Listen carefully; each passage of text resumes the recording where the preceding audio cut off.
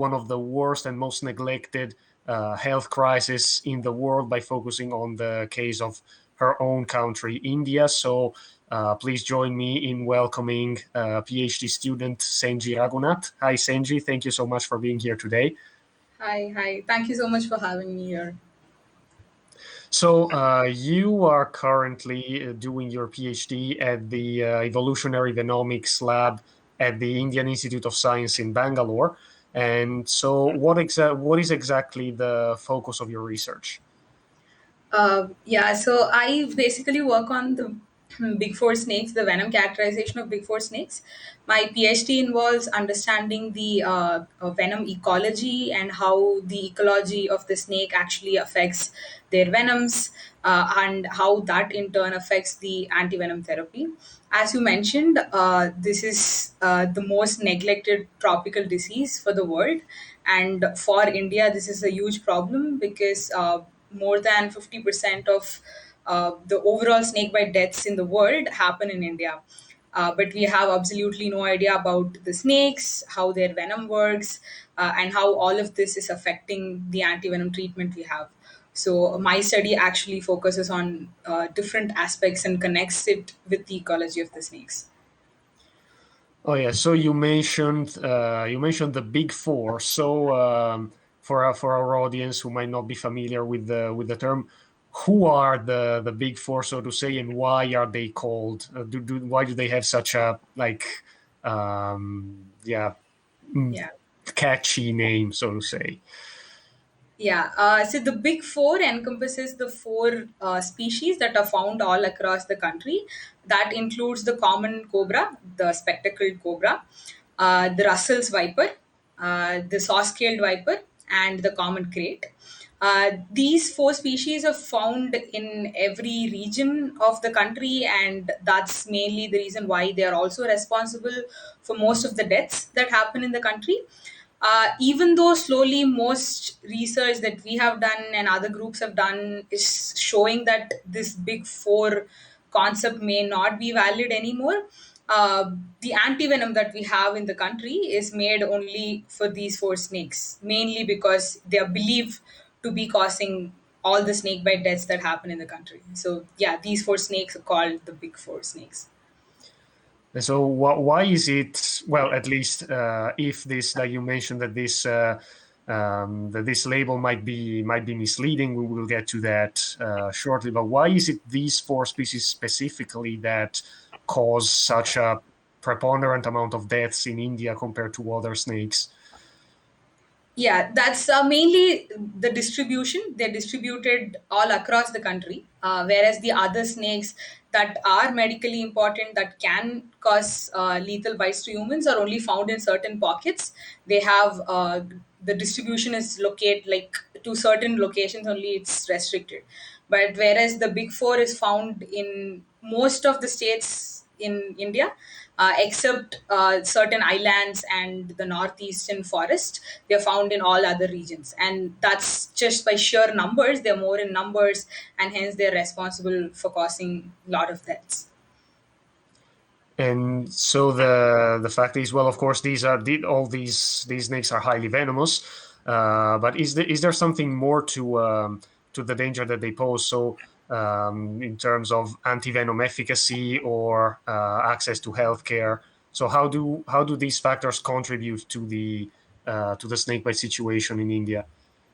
Yeah, so one of the recent studies actually showed that Daboya russelli, the Russell's viper, is responsible for the maximum number of cases that happen in the country. And that makes Daboya russelli the snake that causes the most number of deaths in the world. So that's one of the reasons that it's a part of the big four, and it not just causes lethality, but it also causes a lot of morbidity.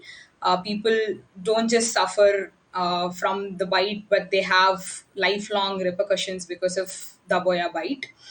And when we take the antivenom efficacy, we have antivenoms manufactured through a age-old protocol. The protocols haven't changed for a very long time, and uh, the most important problem that is not taken into account is venom variation.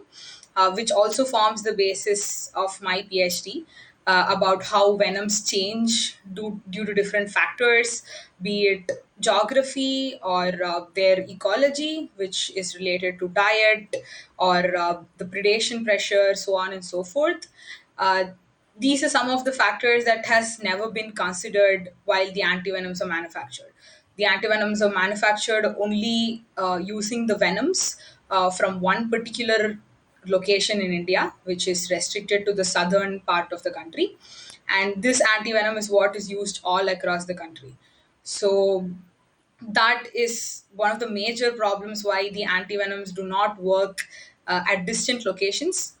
People have seen this in a clinical scenario. We have also shown this under preclinical conditions and venom characterization conditions in our papers that these antivenoms don't really work at distant locations. And other part of the problem is the accessibility, as you mentioned. While the technical aspects of the antivenom is one part of the problem, the other part of the problem is ignorance. People don't really go to the hospitals most of the times to get the antivenom treatment. Even if there is a remote chance of being saved by the antivenom, they don't even go to the hospital to get the therapy.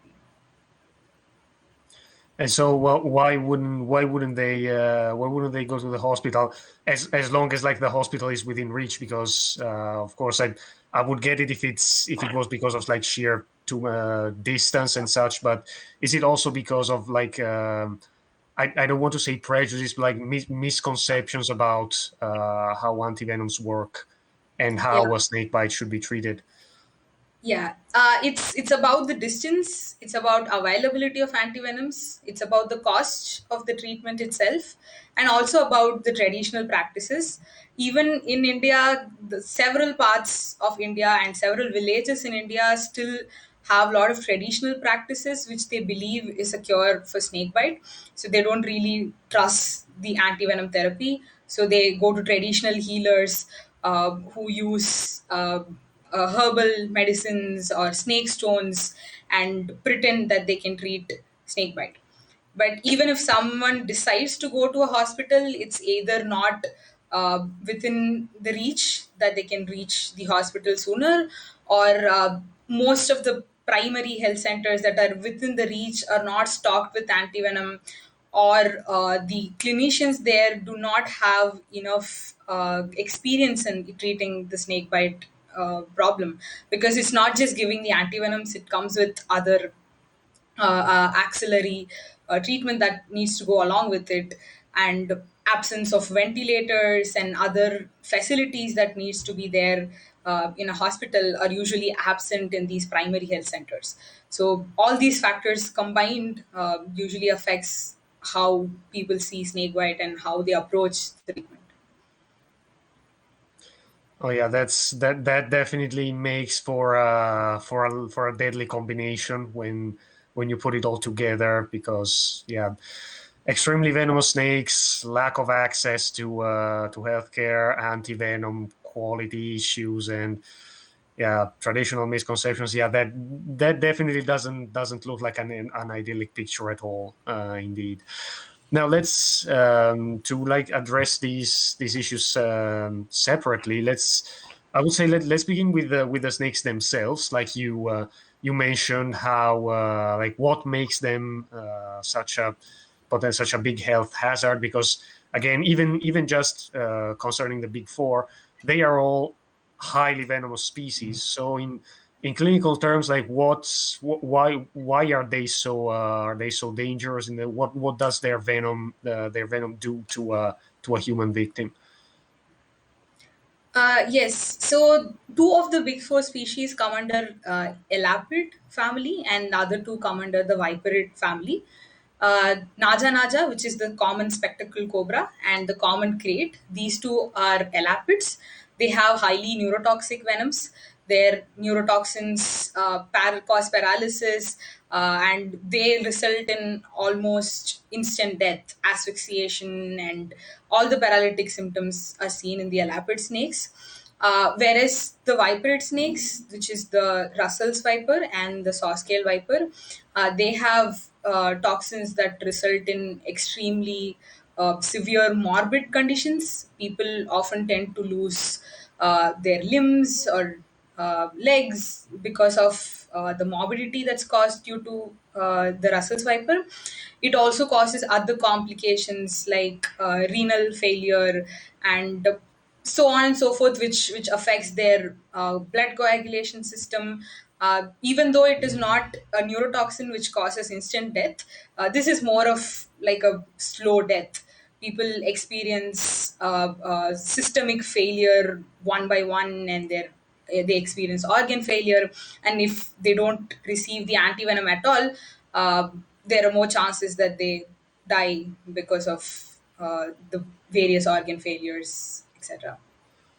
Oh yeah, this is also a very interesting point because yeah, indeed the elapids, they are indeed, like you said, they are mainly neurotoxic. So it's I would guess it's a matter of like how quickly you can get to proper treatment. But if you do, then you have good chances to recover. But then for the vipers, I mean, of course, their venoms are more slow acting. But like you said, if even if you survive, but you end up losing a leg or an arm, then you will suffer consequences even long after the bite Yes. itself. So how much of a problem is that in the Indian context, like the Yeah. permanent disability after snakebite envenoming? Yeah, that is a big problem because most of the people who get bitten by snakes are farmers here, and these are people who are middle aged, so they are probably the only breadwinners for their whole family. In India, the system is in such a way that the male adult works in the family, and so they are probably the only earning member.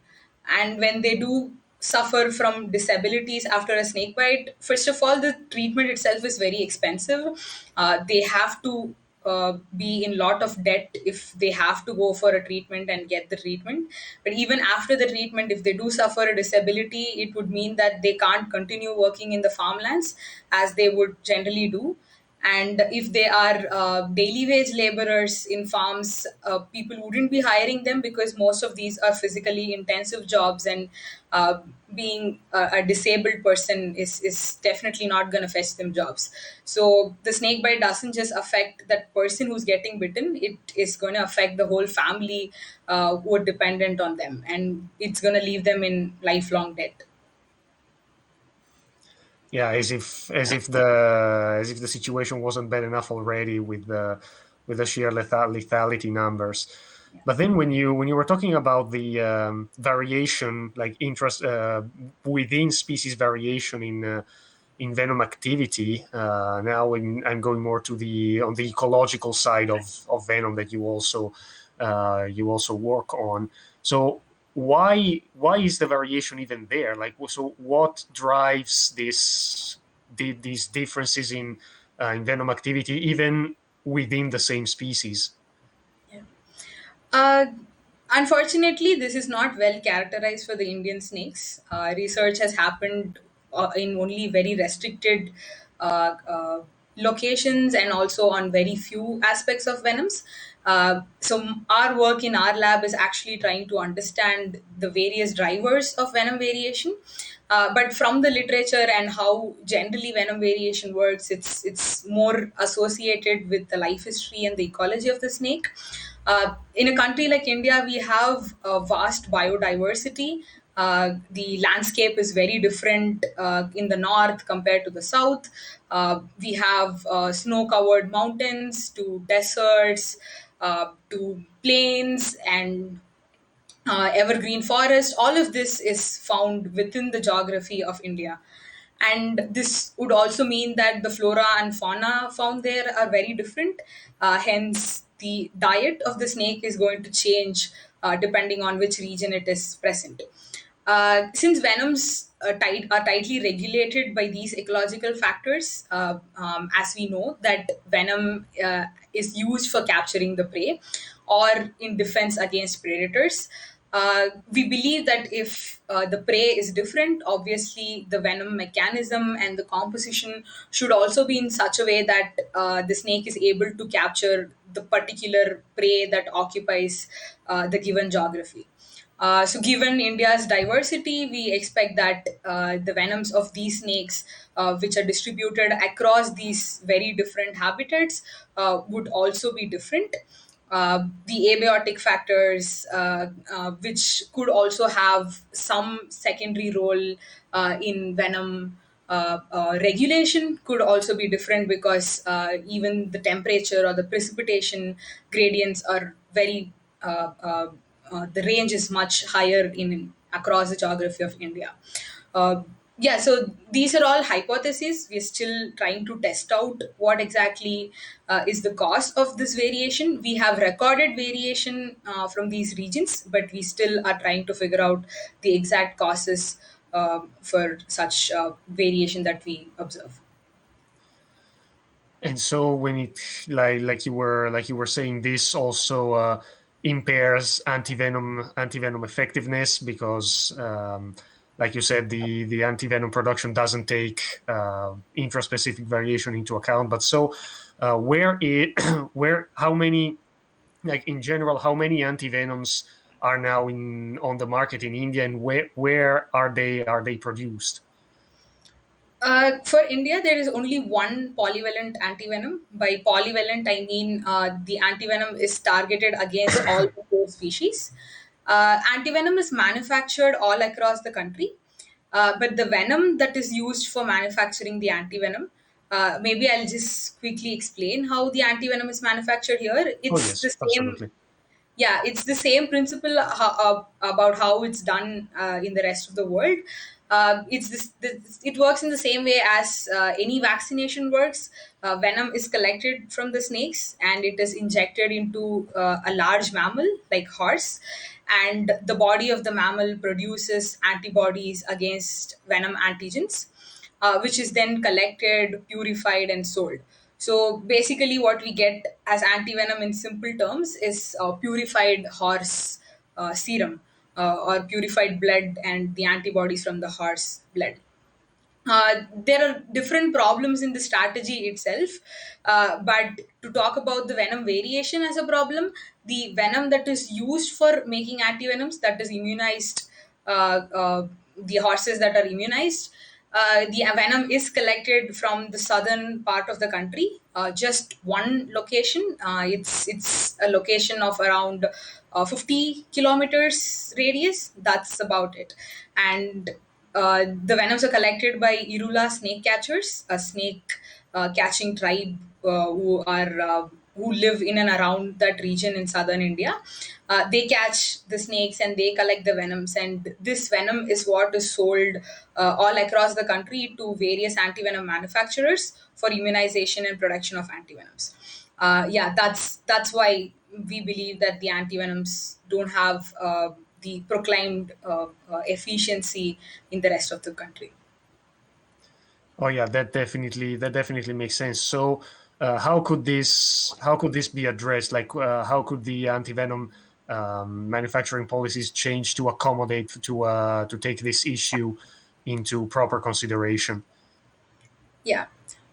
We have polyvalent antivenoms in the country because we don't have foolproof detection methods. We don't have any venom detection kits which the doctors can use and figure out which snake has bitten the patient. The identification is usually done if the patient brings the dead snake with them. Otherwise, the clinicians just use the symptoms to roughly figure out whether it could be a crate or it could be a viper. And depending on the symptoms, they just change the antivenom numbers. They can't really do much there because there is no monovalent antivenom. They have to give the same polyvalent antivenom, but they just vary the number of vials of antivenom depending on what they think could be the snake.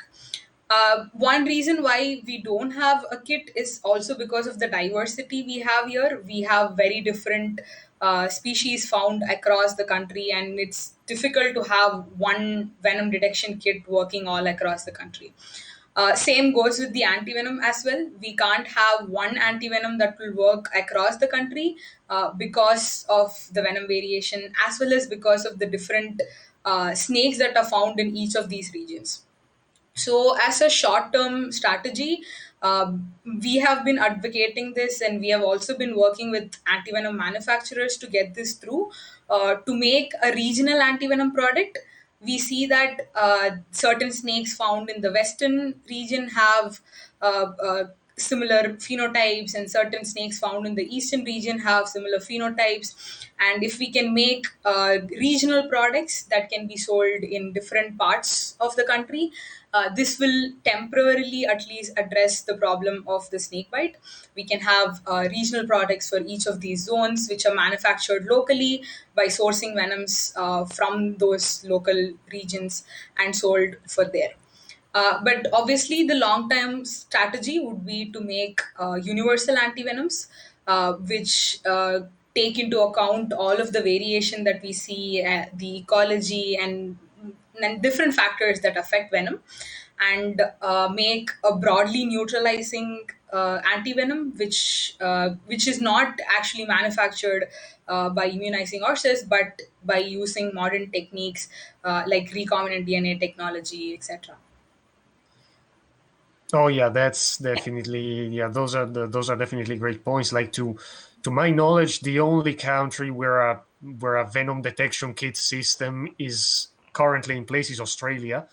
But yeah, indeed, like, I can imagine that it would be very different in India because, well, not even for the snake diversity itself, but yeah, similar symptoms and similar composition. Sorry, between different venoms and all that. But yeah, it's already evident how big the problem is when you say that sometimes the only way that doctors have to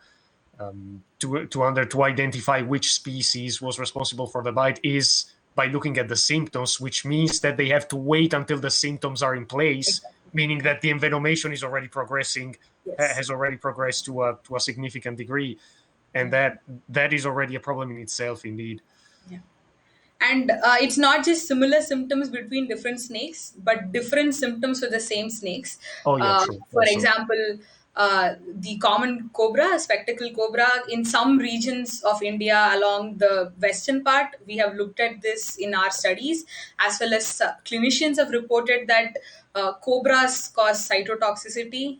They have seen extremely high cytotoxic symptoms with patient developing necrosis like symptoms in that particular region. Where in the rest of the place, we would believe that it would be highly neurotoxic, and doc clinicians would be expecting neurotoxic symptoms from a cobra bite. But on contrary, people see a lot of cytotoxic symptoms in these regions, and that definitely confuses the clinician who's handling the bite. oh yeah, that I can definitely imagine that. But yeah, so I mean, of course, like, India is the second most populous country in the world, but this can't be the only reason why so many people in India suffer from snake bites. So how come that in India specifically the snake bite numbers are so much higher than other countries where still highly venomous snakes are might be present? Yeah, we're not just the second most populous country, but also a predominant number of our population are dependent on farming. They work in farmlands where the snakes are also found in huge numbers. Uh, the human settlements increases the number of pests, and these snakes have adapted to living around human settlements because of the high number of pests, and also because of lack of awareness in these poor agricultural communities. They don't really know how to handle the snake bite situation.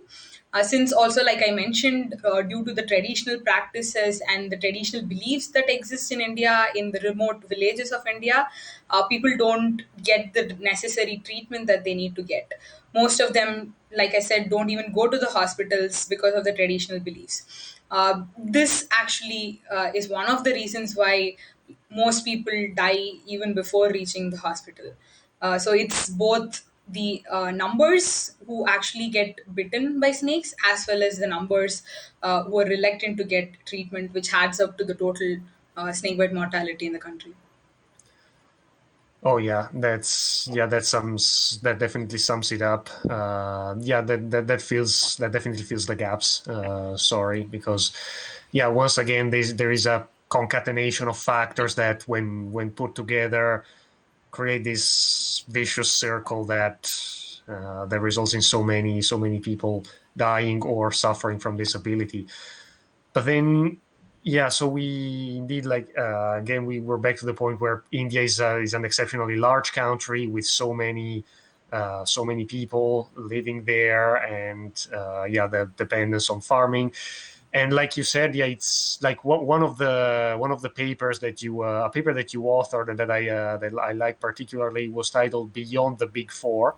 So um, you and your group basically expand. We wanted to expand the focus from just these, like, more charismatic, so to say, venomous snake species, up to all the other ones that somehow go under the radar, because of course they, like the banded crate or the monocle cobra, which are still very highly venomous, but they are, like, as you were saying in the beginning, only present in some small areas of the country. But so, how are these species a primary medical concerns in those primary medical concern in the areas where they occur, and how does clinical treatment of their bites fare compared to the big four?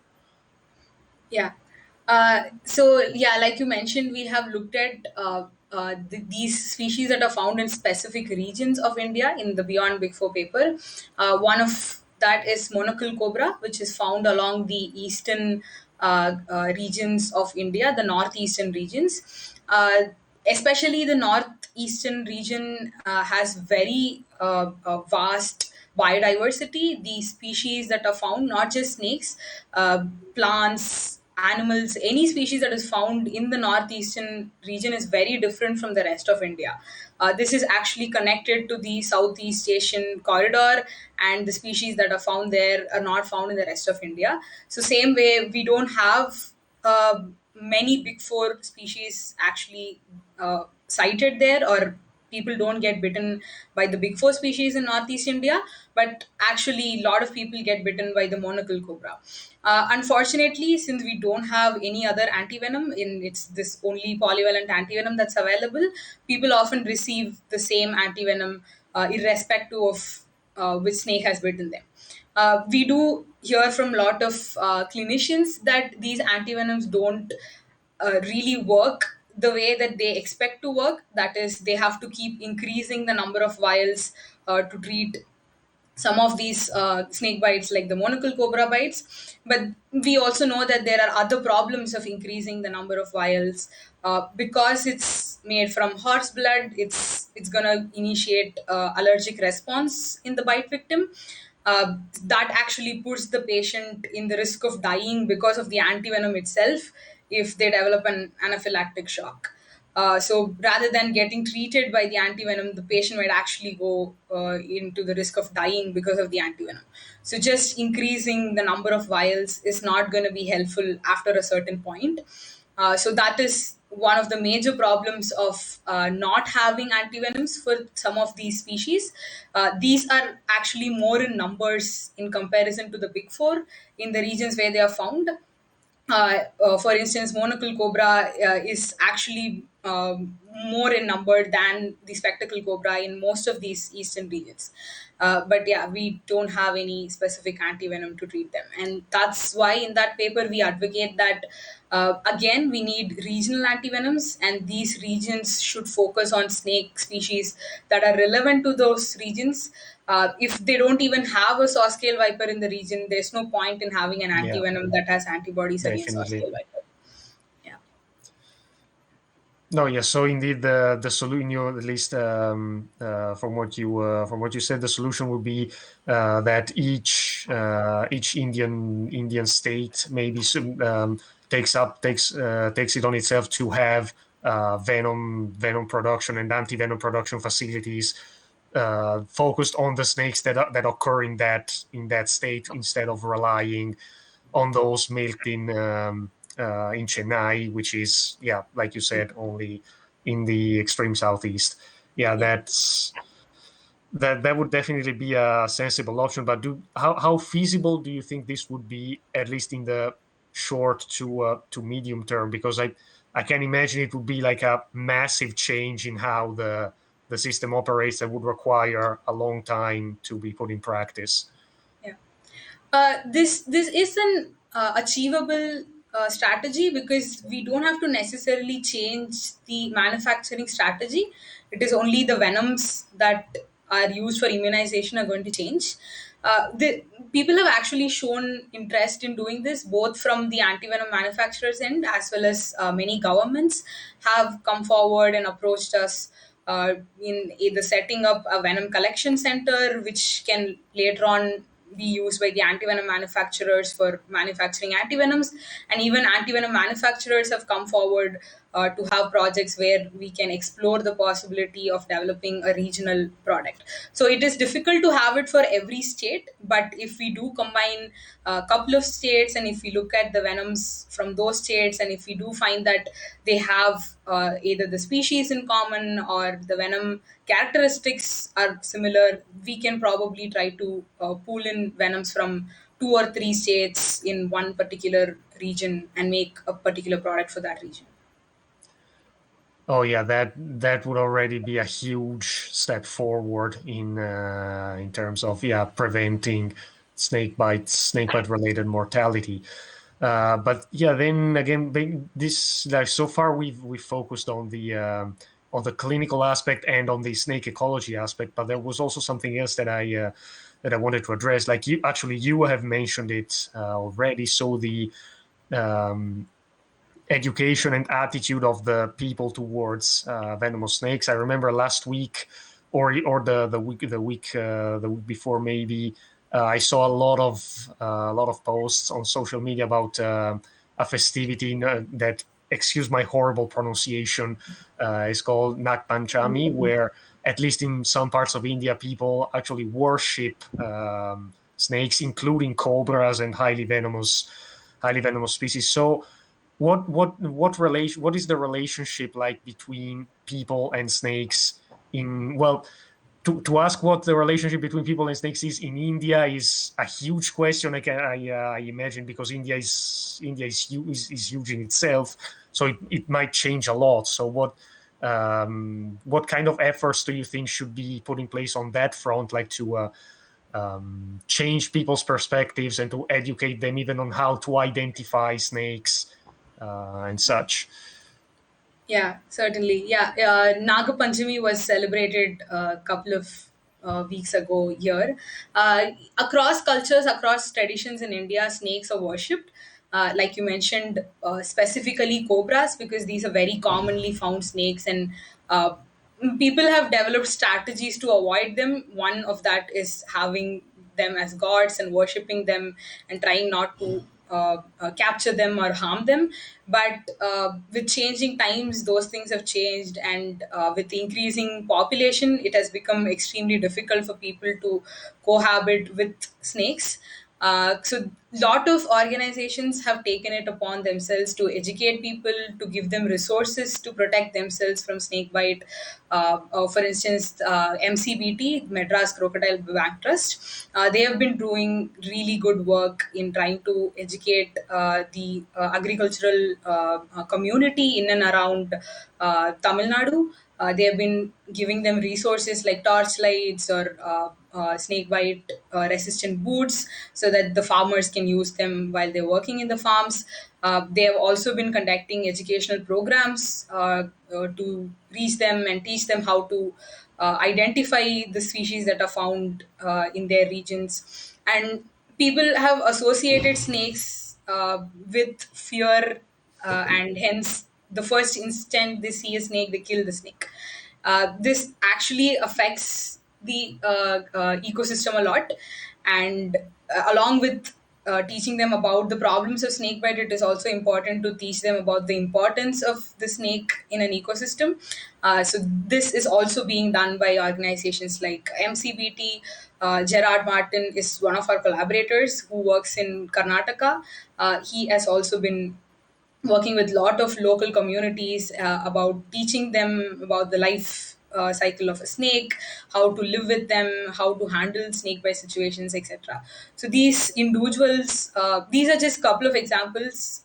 From the south, there are a lot of people in the northern regions of India. Many clinicians are actually working with a lot of local communities in helping them identify the symptoms of snake bite, how to get prompt treatment, and so many of those instances are happening throughout the country. So right now we are having multiple groups who are working towards education and improvement of the current scenario, at least from the community outreach perspective. But yeah, we definitely need more support in terms of the scientific aspects and the technical problems that are associated with snakebite.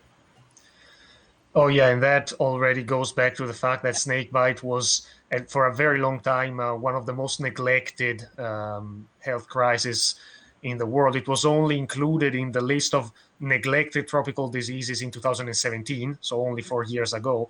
And so, at least for the Indian case, but also in general, like, why do you think the snakebite has received so little attention by international authorities compared to other diseases such as Ebola or dengue, which are also widespread in the tropics? It's partially because it has not been realized by the people here themselves. I mean, I come from a city, I come from Chennai. I have hardly seen a snake in my life. Until I came to work with Evolutionary Venomics Lab, I have never seen a snake personally, or I didn't know that snake bite was such a big problem uh, all the while I grew up. And I know many of my friends who come from cities, and most population of India who live in the cities, who are actually the influential population, have no idea about the snakebite problem. Since this is predominantly restricted to villages and it's a problem of the poor people, there is not much voice raised against snakebite from the influential community. So it has always been either individuals or groups of people who work on snakes, who keep fighting and who keep advocating for snakebite. Uh, but yeah, the larger neglect comes from the rest of the population of India itself, and that's one of the reasons why it has not received any international attention either. Oh yeah, that's definitely a shame because once again, yeah, like you said, yeah, snakebite is a disease of poverty. That's a line I still remember from one of the landmark papers that first discussed this issue. So yeah, this is again, as long as the rest of the world is not willing to acknowledge it, then this is unlikely to change. But thankfully, there have been at least there has been some progress in the last 5 years or so, and also your lab is an example of that because now the research that you do will have an impact in how the in snakebite mitigation as well. So all the best of luck for that. Absolutely. And yeah, before we conclude, I would like to remind the audience that you can also ask questions to Senji through the comments section. So if you have anything that you might want to ask her about Indian snakes and snakebite, feel free to write it down, and we will answer it. And then I have one last question for you, Senji, which is about, yeah, somewhat related related to what we just discussed. So the perception of snakes and the importance of snakes for the Indian people as well, because like in recently I've seen quite a few um, ideas and efforts raised into like making snakes more likable, in the sense that like even like portraying them as attractions for nature enthusiasts. For instance, I know of the Agumbe Rainforestation, which is heavily relies on king cobras being there to attract tourists and see these huge, gigantic cobras that they have in there. So, do you think this could be a venue to combine snake conservation and like providing livelihoods to people that don't that are also themselves the most vulnerable victims of snake bite, but they live with snakes on a daily basis, so they might be able to even profit from that. Yeah, certainly. Like you said, the people of Agumbe are actually very friendly with snakes. Uh, uh, because of the continuous efforts from the Agumbe researchers, or just because of the way those villagers are, they are actually okay with the king cobra female coming and nesting near their houses. But this kind of attitude should actually be extended to the rest of the country as well. So, having places where people can go and see snakes in their natural habitat, uh, basically educating the rest of the population about why snakes are important and why it's not just about the fear. There's so much interesting about them, would make a lot of difference, not just for the snakebite problem, but also, like you mentioned, for those communities who live with snakes and who face these issues. Even from our end, we are trying to set up a place where we can have snakes and have people come in and learn about them. We are hoping that that will probably happen much sooner in a couple of years, and also happen in the rest of the country, where people can actually see snakes in their natural habitats without fear, and also learn about them. No, yeah, that would be amazing. Like even like I would definitely like I would definitely love to visit India for not only for this reason, of course, but also because of all the amazing nature that you have, not least the snakes themselves. So yeah, I hope this will be a reality for Indian people first of all, as well in the foreseeable future. So as I see, there are no more questions from the audience.